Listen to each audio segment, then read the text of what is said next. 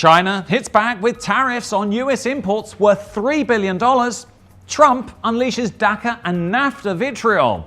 Spat between Facebook and Apple heats up, and Viagra comes of age with its 20th anniversary.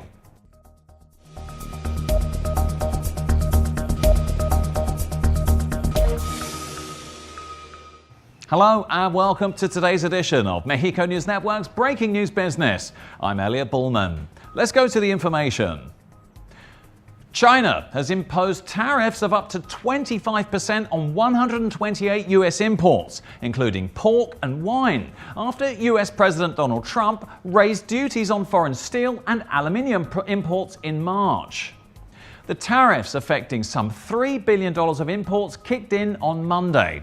And Beijing said the move was to safeguard China's interests and balance losses caused by new US tariffs on them. China previously said it didn't want a trade war, but would not sit back if its economy was hurt. Mr. Trump, however, has insisted that trade wars are good and that it should be easy for the US to win one. If US goods become more expensive in China, Chinese buyers could opt to purchase products from Europe, South America, or elsewhere, though White House officials have routinely discounted the likelihood of this. Beijing's move could force Trump to decide whether to follow through on expansive trade restrictions he had hoped would crack down on China, even if Beijing is now threatening to harm US companies that rely on Asian markets for buyers. The Chinese government said the tariffs would effectively serve as retaliations for restrictions Trump announced last month.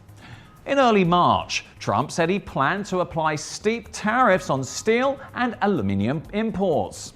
Since then, he's exempted numerous countries, but he's not waived the impact on China. And in late March, Trump took additional steps towards imposing tariffs on $60 billion worth of Chinese goods and limiting China's ability to invest in the US technology industry. China's first set of tariffs are relatively mild, but they come in response to the first round of US tariffs, and a second round has already been announced. There are plenty more American companies to be hit, and other nations, especially those in Europe and Asia, who could soon find themselves dragged into the conflict. In other news, President Trump unleashed a series of fiery tweets on Sunday in which he vowed no more DACA deal and threatened to walk away from the North American Free Trade Agreement. Minutes after wishing the nation a happy Easter Sunday, Mr. Trump denounced liberal laws that he said were preventing Border Patrol agents from doing their jobs. He said that Republicans should use the nuclear option to sidestep Democratic opposition in the Senate and enact tough laws now. Mr. Trump directed an equal measure of anger towards Mexico, saying the country was doing very little, if nothing, at stopping people from flowing into Mexico through their southern border and then into the United States.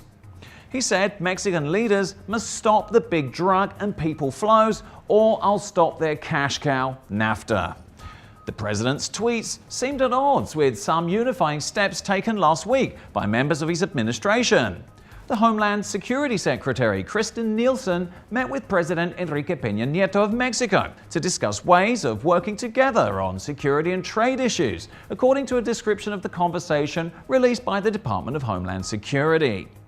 The president in his tweets criticized what he called catch and release, a practice in which detained undocumented immigrants are sometimes released as they wait for a hearing before an immigration judge. But in some cases, they're released because the government has nowhere to house them.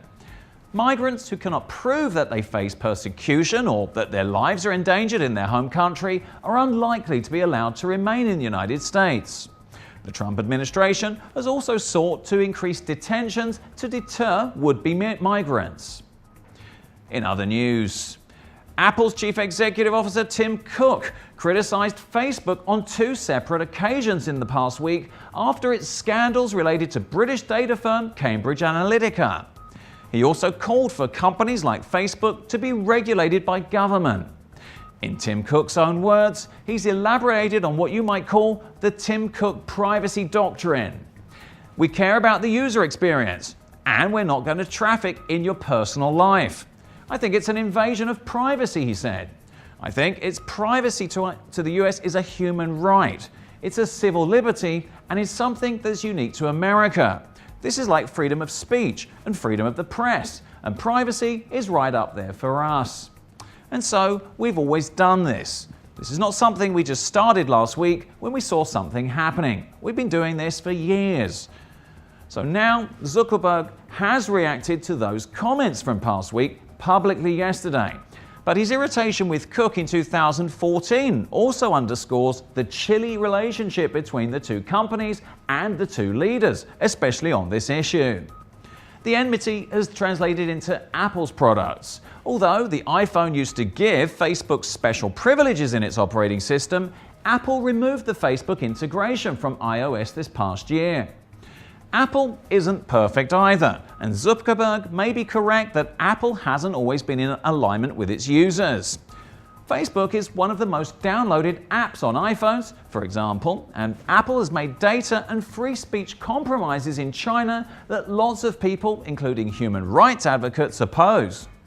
But it's also true that Apple has a device-based business model, and it doesn't need to target ads to make lots of money.